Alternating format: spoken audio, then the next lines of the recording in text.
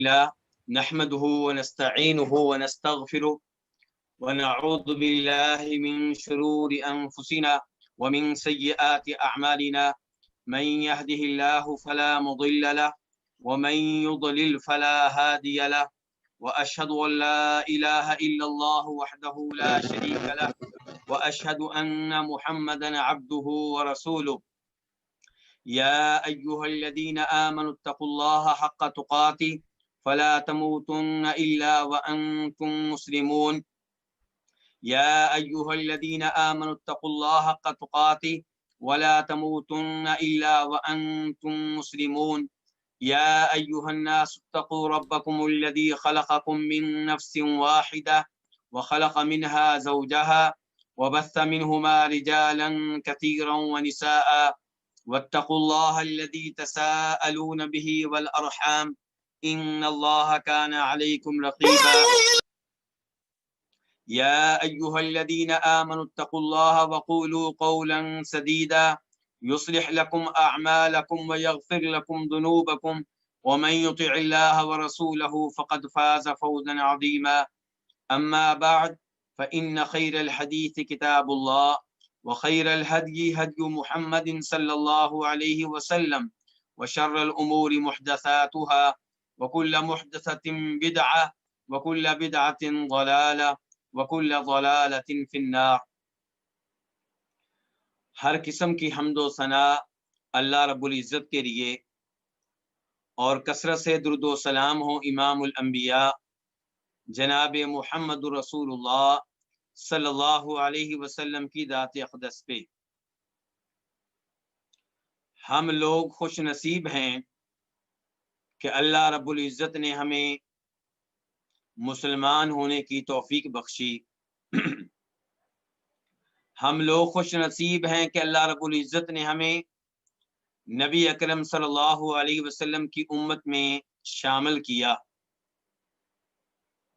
نبی علیہ الصلوۃ والسلام کا دین دو چیزوں سے ماخوذ ہے۔ نمبر ایک اللہ کی کتاب، اور نمبر دو نبی صلی اللہ علیہ وسلم کی سنت۔ آپ علیہ الصلوۃ والسلام کی سنت، اس کے کئی ایک اعتبار ہیں۔ پہلا اس کا اعتبار یہ ہے کہ یہ قرآن کریم کی وضاحت کرتی ہے۔ قرآن کریم میں کئی ایسی چیزیں ہیں جو مجمل ہیں، جن میں اجمال سے کام لیا گیا ہے، تفصیل بیان نہیں کی گئی۔ تو نبی علیہ الصلوۃ والسلام کی سنت، آپ کی احادیث قرآن کریم کے اجمال کو دور کرتی ہیں۔ نبی علیہ الصلوۃ والسلام کی سنت کی دوسری حیثیت یہ ہے، دوسرا اعتبار یہ ہے کہ بہت سے ایسے امور ہیں، بہت سے ایسے احکام ہیں جو قرآن کریم میں بیان ہوئے، نبی علیہ الصلوۃ والسلام نے اپنی سنت میں ان کا تذکرہ کیا یا آپ نے ان پہ عمل کیا، تو یوں قرآن کریم کے احکام و مسائل کی آپ نے تاکید فرمائی۔ اور تیسری حیثیت نبی علیہ الصلوۃ والسلام کی سنت کی یہ ہے کہ کئی ایسے امور ہیں جو قرآن کریم میں سرے سے بیان نہیں ہوئے، وہ آپ علیہ الصلوۃ والسلام نے اپنی احادیث میں بیان کیے۔ تو اس لحاظ سے آپ کی سنت مستقل طور پہ شریعت کی حیثیت بھی رکھتی ہے۔ اور میں اپنے احباب اور دوستوں سے چاہوں گا کہ وہ سنت کی اس تیسری حیثیت کو اپنے ذہنوں میں بٹھا لیں، کیونکہ موجودہ زمانے میں پاک و ہند میں انکار حدیث کا فتنہ اپنے عروج پہ ہے، اور بہت سے لوگ ہیں جو نبی علیہ الصلوۃ والسلام کی احادیث کو شریعت ماننے سے انکاری ہیں، دین ماننے سے انکاری ہیں۔ وہ کہتے ہیں کہ نبی علیہ الصلوۃ والسلام کی احادیث اور آپ کی سنت جہاں قرآن کے مطابق ہوگی، قرآن کی تائید کرے گی، قرآن کی وضاحت کرے گی، وہاں پہ لے لیا جائے گا، اور جہاں پہ آپ کی احادیث، آپ کی سنت کو ایسی چیز بیان کریں جس کی تائید ہمیں قرآن سے نہ ملے، تو ایسی احادیث کو ریجیکٹ کر دیا جائے گا، قبول نہیں کیا جائے گا۔ نبی علیہ الصلوۃ والسلام نے اس فتنے کے بارے میں بہت پہلے آگاہ کر دیا تھا۔ امام ابو داؤد اور ابن ماجہ وغیرہ روایت کرتے ہیں کہ آپ علیہ الصلوۃ والسلام نے ارشاد فرمایا تھا کہ الا انی اوتیت الکتاب ومثلہ معہ، کہ لوگوں میری بات دھیان سے سن لو، توجہ سے سن لو، جیسے اللہ نے مجھے قرآن دیا ہے ایسے ہی اللہ نے مجھے قرآن جیسی ایک اور چیز بھی دی ہے، اور وہ کیا ہے؟ وہ آپ علیہ الصلوۃ والسلام کی سنت ہے۔ آپ اسی حدیث میں وضاحت فرماتے ہیں کہ گدھے کو میں حرام قرار دے رہا ہوں، وہ گدھا جو گھروں میں پالا جاتا ہے جسے گھریلو گدھا کہتے ہیں، فرمایا میں اسے حرام قرار دے رہا ہوں۔ اب یہ گدھا قرآن کریم میں آپ کو حرام نہیں ملے گا، قرآن کریم میں کوئی ایسی آیت نہیں ملے گی جس سے پتا چلے کہ یہ حرام ہے۔ یہ کہاں سے پتا چلے گا؟ نبی علیہ الصلوۃ والسلام کی احادیث سے، آپ کی سنت سے۔ جو نبی علیہ الصلوۃ والسلام کی سنت سے اعراض کرے گا وہ گمراہ ہو جائے گا۔ آپ دیکھیے کہ اللہ رب العزت قرآن حکیم میں ارشاد فرماتے ہیں کہ والسارق والسارقۃ فاقطعوا ایدیہما جزاء بما کسبا نکالا من اللہ، کہ چوری کرنے والا مرد ہو یا عورت، ان کے ہاتھ کاٹ ڈالو۔ اس آیت کا مطلب بظاہر یوں لگتا ہے کہ اگر کسی نے 1 روپیہ چوری کیا ہے تو اس کا ہاتھ کاٹ ڈالا جائے۔ جو نبی علیہ الصلوۃ والسلام کی سنت سے، آپ کی احادیث سے اعراض کرے گا، وہ کسی نہ کسی چور پہ یہ ظلم کر بیٹھے گا کہ 1 روپے پہ، 10 روپے پہ، 100 روپے پہ اس کا ہاتھ کاٹ ڈالے گا۔ لیکن جس کا نبی علیہ الصلوۃ والسلام کی احادیث پہ ایمان ہے، آپ کی سنت پہ ایمان ہے، وہ جانتا ہے کہ آپ نے اس آیت کی وضاحت فرمائی ہے اور کہا ہے کہ چور کا ہاتھ تب کاٹا جائے گا جب وہ 1 دینار کی چوتھائی کے برابر چوری کرے۔ تو اس کا مطلب یہ ہے کہ معمولی سے پیسوں پہ ہاتھ نہیں کاٹا جائے گا، باقاعدہ ایک مقدار مقرر کی گئی جس پہ ہاتھ کاٹا جائے گا۔ تو اس لیے نبی علیہ الصلوۃ والسلام کی احادیث کی جانب رجوع کرنا نہایت ضروری ہے، اور جو آپ کی احادیث کی طرف رجوع کرے گا وہی ہدایت پائے گا، جو آپ کی احادیث سے اعراض کرے گا وہ گمراہ ہو جائے گا۔ موجودہ زمانے میں ایک مشہور نام ہے جسے بہت سے لوگ سنتے ہیں، اور یقیناً ان کی گفتگو میں بڑی چاشنی ہے، اور جب وہ گفتگو کرتے ہیں تو ان کے گفتگو کا جو انداز ہے وہ ہماری یونیورسٹیوں کے لڑکوں کو بھاتا ہے، اچھا لگتا ہے، اور وہ ہے جاوید احمد غامدی۔ یہ نبی علیہ الصلوۃ والسلام کی سنت کو صحیح معنوں میں نہیں مانتے، یہ آپ کی احادیث کو صحیح معنوں میں نہیں مانتے، یہ آپ کی ان احادیث کو مانتے ہیں جو ان کی عقل کے مطابق ہوں۔ اور ان سے پہلے ان کے استاد امین آسن اصلاحی صاحب، ان کی بھی یہی صورتحال تھی، اور ان سے پیچھے آپ چلے جائیں سر سید احمد خان۔ تو یہ ایسے لوگ ہیں جو آپ کی احادیث کو تب مانتے ہیں جب وہ ان کی عقل کے مطابق ہوں، اور ہم نے آپ کی ہر اس حدیث کو ماننا ہے جو محدثین کے ہاں نبی علیہ الصلوۃ والسلام سے ثابت ہو جائے۔ میری عقل اسے مانے یا نہ مانے، کیونکہ میری عقل کوئی معیار نہیں ہے، میری عقل کمزور سی چیز ہے، اور پھر اگر ہم عقل کو معیار ٹھہرائیں گے تو کس کی عقل معیار ٹھہرے گی؟ ہر آدمی کی عقل دوسرے کی عقل سے مختلف ہے۔ ایک چیز کو میری عقل مانتی ہے، دوسرے کی عقل نہیں مانتی، اور جس کو دوسرے کی عقل مانتی ہے میری عقل نہیں مانتی۔ تو آپ کی احادیث کو صحیح معنوں میں ماننے والا وہ ہے جو آنکھیں بند کر کے آپ کی ہر بات پہ ایمان لے آئے۔ البتہ ان روایات کو ترک کیا جائے گا جو آپ سے ثابت نہیں ہے۔ سند کے اوپر غور کیا جائے تو پتہ چلے کہ سند ضعیف ہے، کمزور ہے یا من گھڑت ہے۔ تو ہمارا آپ کی احادیث پہ ایمان ہے، اور ہم آپ کی احادیث سے سبق لینا چاہتے ہیں، دروس لینا چاہتے ہیں، احکام سیکھنا چاہتے ہیں، مسائل جاننا چاہتے ہیں، اور آپ کی احادیث پہ مشتمل کتب پہ غور کیا جائے تو ان کتب میں سے بہترین کتب دو ہیں۔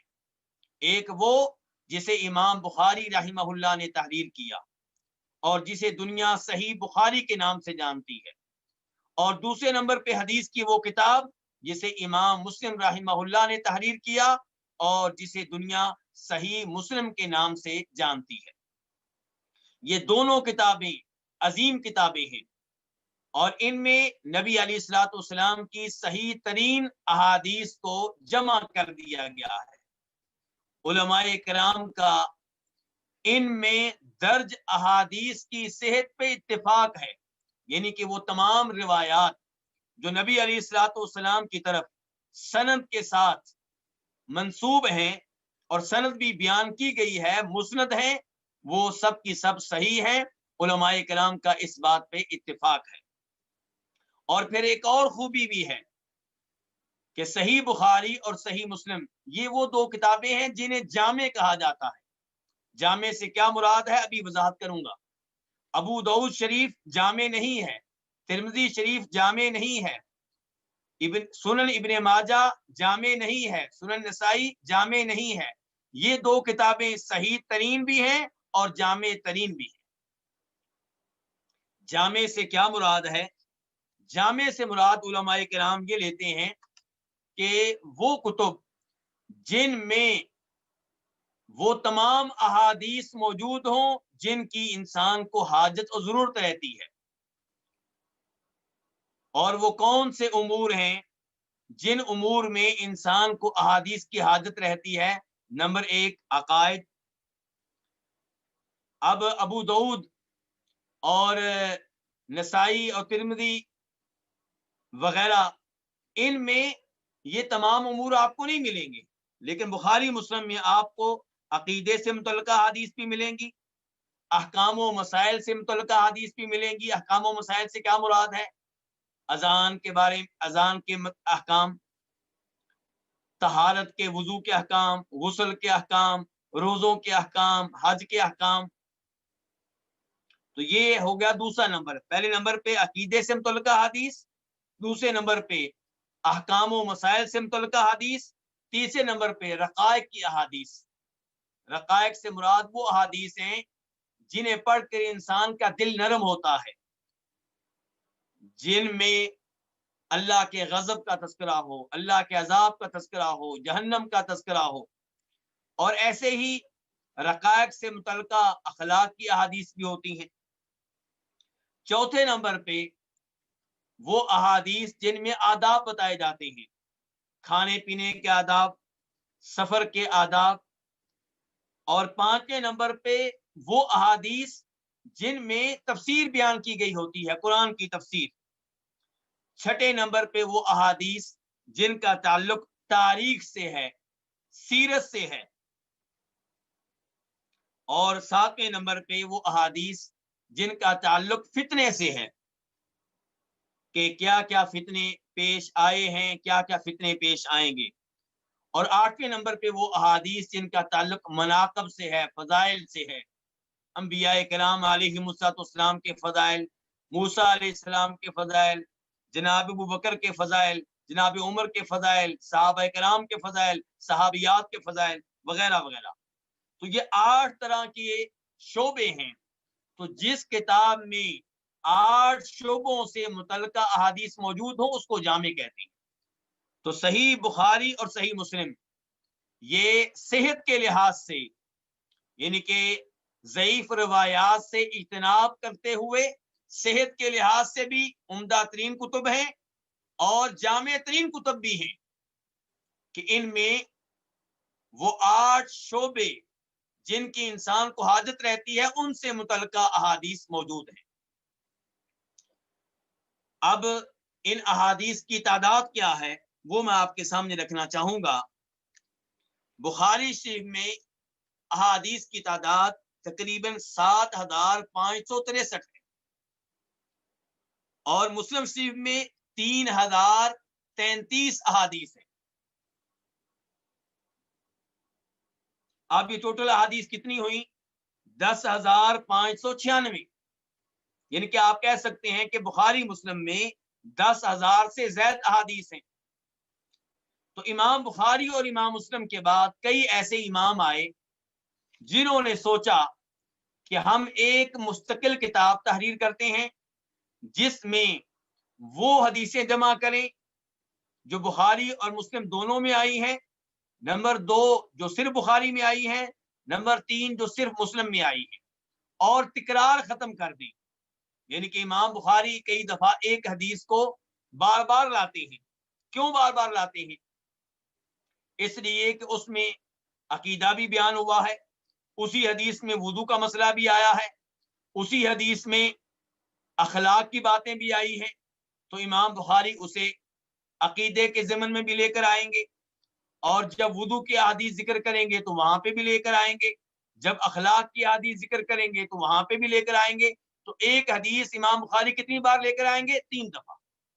لیکن امام بخاری کو عام امام نہیں ہے کہ وہ ایک حدیث کو 3 دفعہ لے کر آئیں اور اس میں کوئی نیا فائدہ نہ ہو، کوئی نئی حکمت نہ ہو۔ امام بخاری جب بھی ایک حدیث کو دوبارہ لے کر آئیں گے ساتھ ہی کوئی نیا فائدہ ہوگا، کوئی نئی معلومات ہوں گی، سند کے لحاظ سے یا متن کے لحاظ سے۔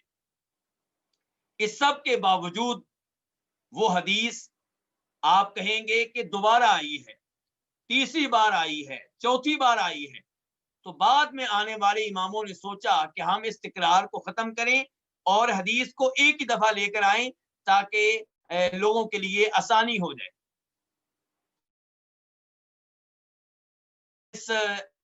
یعنی کہ اس معاملے میں کام اور ایسی کتب کو ترتیب دیا جنہیں کہا جاتا ہے الجمع بین الصحیحین یا الجامع بین الصحیحین، کہ وہ کتاب جو ان احادیث کو جمع کر رہی ہے جو بخاری مسلم دونوں میں آئی ہیں یا صرف بخاری میں یا مسلم میں۔ اس شعبے میں اور اس معاملے میں بہت سے ائمہ کرام نے کام کیا، اور آخری زمانے میں ایک عالم دین جن کا نام ہے شیخ صالح احمد الشامی نے بھی اس پہ کام کیا۔ تو انہوں نے جب یہ کتاب ترتیب دی تو اس میں کتنی حدیثیں لے کر آئے؟ 3896، یعنی کہ تقریباً 4000۔ اب ٹوٹل حدیث کتنی تھی بخاری مسلم میں؟ 10,000 سے زائد۔ اور جب شیخ صالح شامی نے تکرار ختم کیا تو کتنی احادیث نکلی؟ 3896، یعنی کہ تقریباً 4000۔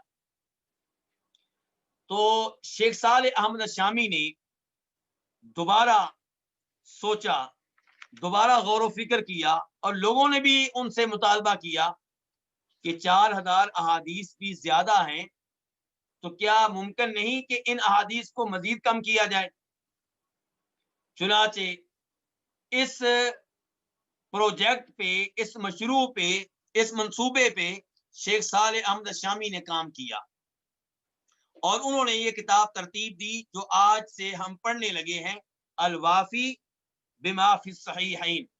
اس میں کتنی حدیثیں ہیں؟ اس میں تقریباً 2000 حدیثیں ہیں۔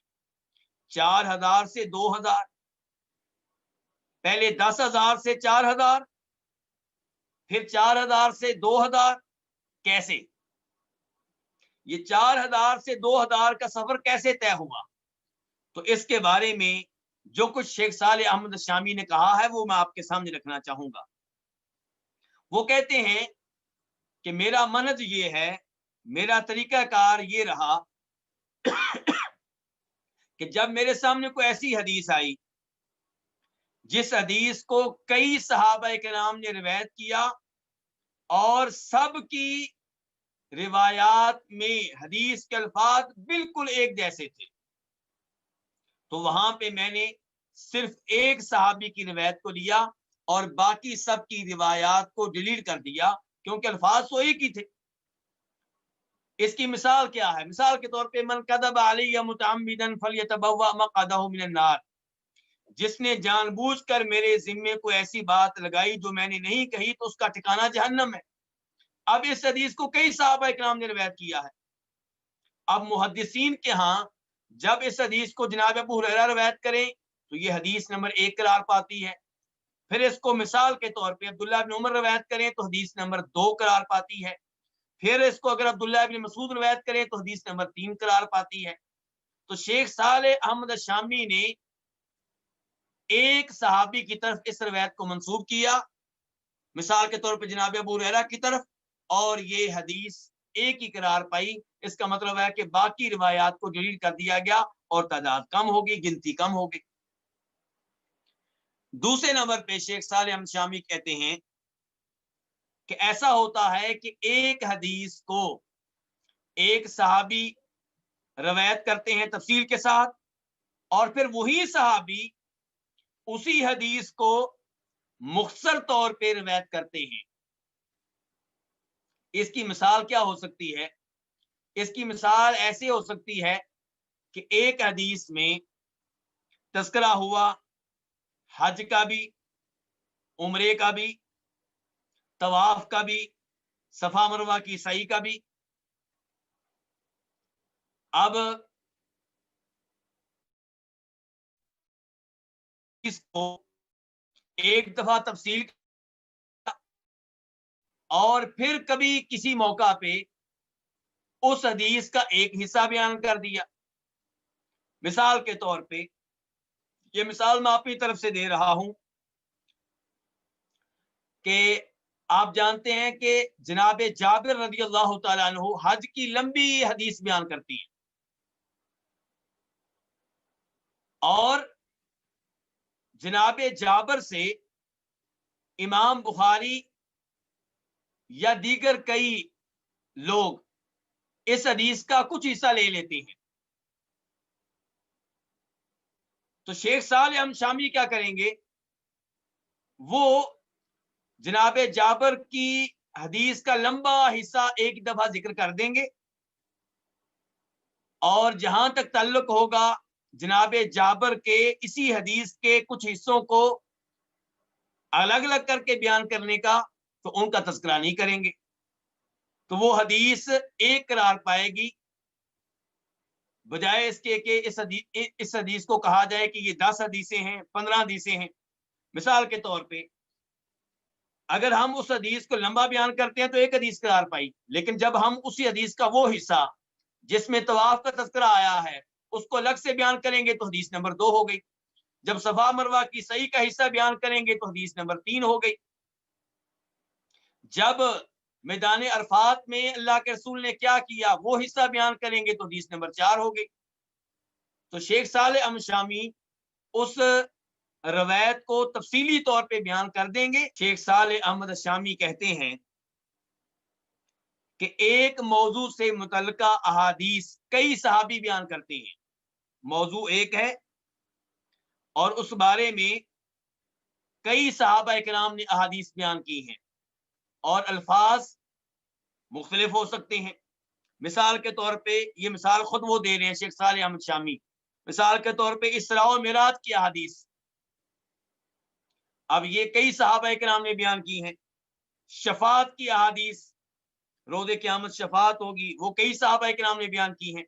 شیخ صالح احمد شامی کیا کریں گے؟ وہ ان میں سے اس صحابی کی حدیث کو لیں گے جنہوں نے یہ چیز تفصیل کے ساتھ بیان کی ہوگی، تفصیل کے ساتھ نبی علیہ السلام سے روایت کی ہوگی، اور جنہوں نے مختصر طور پہ اس حدیث کو بیان کیا ہوگا ان کی روایت کو ڈیلیٹ کر دیں گے اور اپنی اس کتاب میں جگہ نہیں دیں گے، تو تعداد کم ہوتی چلی جائے گی۔ البتہ تفصیلی حدیث بیان کرنے والے صحابی نے اگر کوئی ایک آدھ چیز چھوڑ دی ہے جو دوسرے صحابی نے بیان کی ہے تو اس کا آخر میں تذکرہ کر دیں گے، ان کے تفصیلی حدیث کے آخر میں تذکرہ کر دیں گے۔ تو یہ انداز اختیار کرتے ہوئے شیخ صالح احمد شامی نے 4000 سے احادیث کو کتنا کر دیا؟ 2000 کر دیا، اور وہ یہاں پہ کہتے ہیں کہ یہ کام کرتے ہوئے اختصار کو میں نے آخری ہدف نہیں بنایا، یعنی کہ ایسا نہیں ہوا کہ میں نے اختصار کو مختصر کرنے کو اپنا آخری ہدف بنا لیا ہو اور اس ہدف کی خاطر کئی احادیث کی قربانی دے دی ہو، ایسا میں نے نہیں کیا۔ جب بھی میں نے کسی حدیث کو ترک کیا ہے اور اس حدیث میں درج نہیں کیا تو وہ اس لیے کہ اس حدیث کا معنی اور مفہوم کسی اور حدیث میں آ چکا تھا، ذکر ہو چکا تھا۔ تو اس لیے وہ کہتے ہیں کہ میں نے اپنی کتاب کا نام کیا رکھا ہے، وہ کہتے ہیں میں نے اس کا نام رکھا ہے الوافی۔ کہتے ہیں میں نے اس کا نام مختصر نہیں رکھا، میں نے اس کا نام کیا رکھا ہے الوافی۔ کہتے ہیں وافی میں نے اس لیے رکھا ہے کہ اس نے بخاری مسلم کا حق ادا کر دیا ہے، یعنی کہ وہ بخاری مسلم کی تمام احادیث کا معنی و مفہوم یہاں پہ آ چکا ہے۔ تو یہ شیخ صالح احمد شامی کی طرف سے معلومات ہیں۔ اور وہ کہتے ہیں کہ میں نے پھر ان احادیث کو جنہیں میں نے اپنی اس کتاب میں جگہ دی ہے، سیریل نمبر دیا ہے اور وہ حدیث کے شروع میں مذکور ہوگا۔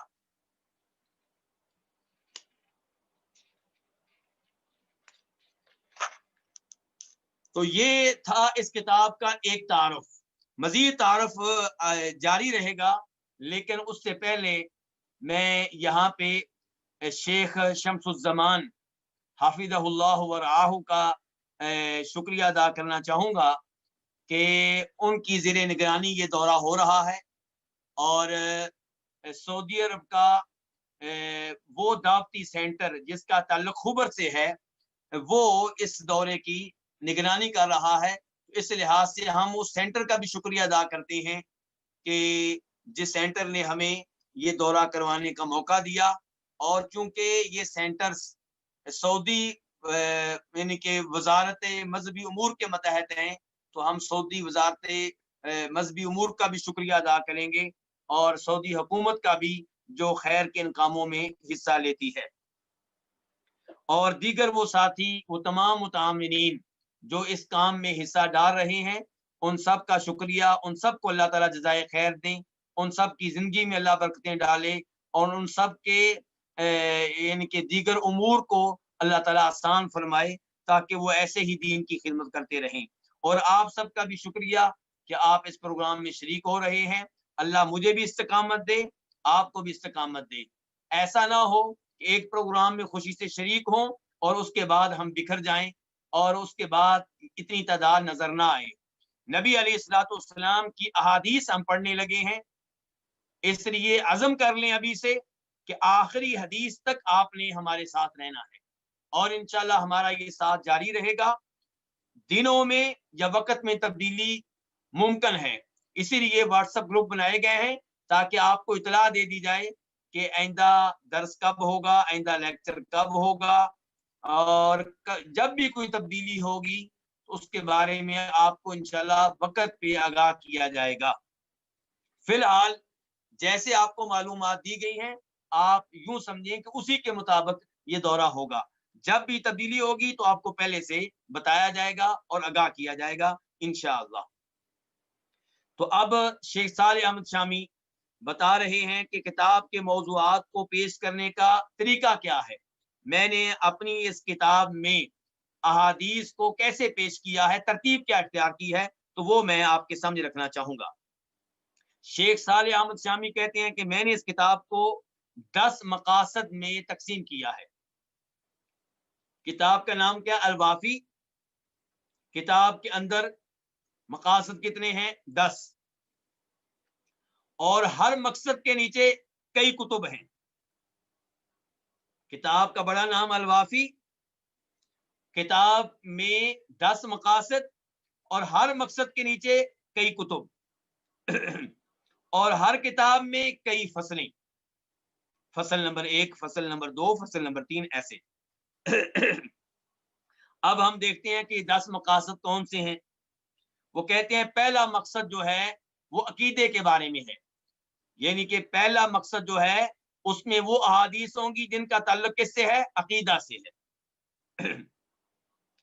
چنانچہ اس مقصد میں ان احادیث کا تذکرہ ہوگا جن احادیث کا تعلق اسلام سے ہے، ایمان سے ہے، روز آخرت سے ہے، جنت اور جہنم سے ہے، تقدیر پہ ایمان لانے سے ہے۔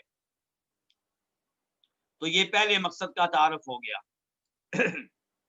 اب آتے ہیں دوسرے مقصد کی طرف، تو کہتے ہیں دوسرا مقصد جو ہے اس میں وہ احادیث ہوں گی جن کا تعلق علم سے ہوگا اور علم کے مصادر سے ہوگا۔ کہتے ہیں چنانچہ اس مقصد میں وہ احادیث ہوں گی جن سے پتہ چلے گا علم کا مقام و مرتبہ کیا ہے، اور قرآن کریم کو کیسے جمع کیا گیا، قرآن کریم کے فضائل کیا ہیں، اور ان احادیث کا تذکرہ ہوگا جو قرآن کریم کی تفسیر پہ مشتمل ہیں،